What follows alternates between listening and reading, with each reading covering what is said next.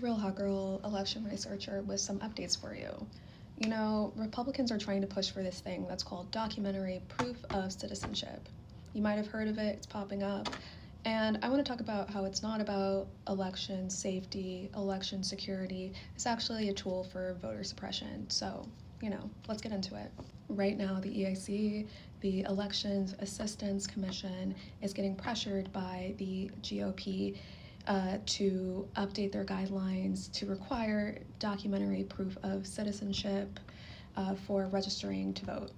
So the EAC, that is the federal commission that oversees election guidelines. They are the ones that issue directives and rules and just guidance to the states for how they should be running federal elections. So they're a big deal.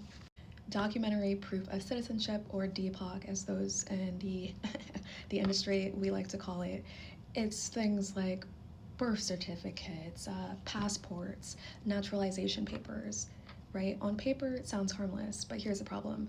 It's actually really dangerous and it disenfranchises a lot of people. So let's talk about why.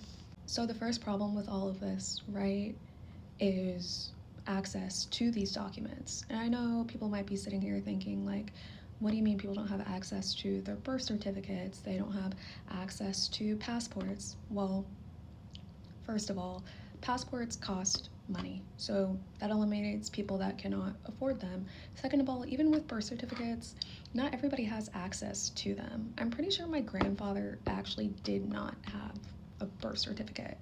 So by having these kind of barriers, it actually prevents low-income people, people that are born on reservations, people that live in rural communities, people that just do not have access to these documents, even if they wanted to get them. Second of all, non-citizens just don't vote in our elections. So much research is out there that voter fraud or illegal voting by non-citizens just frankly does not happen. The United States is the gold standard for running elections across the world. I will keep saying this over and over and over again. Our elections are safe and secure. So why are Republicans doing this? The answer to that is that they want to make it as hard as possible for people to register to vote and then cast their ballot. There are also issues around equity and availability to things like voter registration drives, right?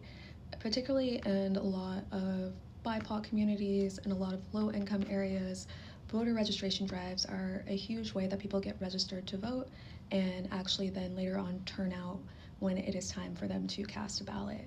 But under the DPOC rules, it's going to be incredibly hard for community organizations to actually conduct voter registration drives because they will have to make copies of people's birth certificates or passports.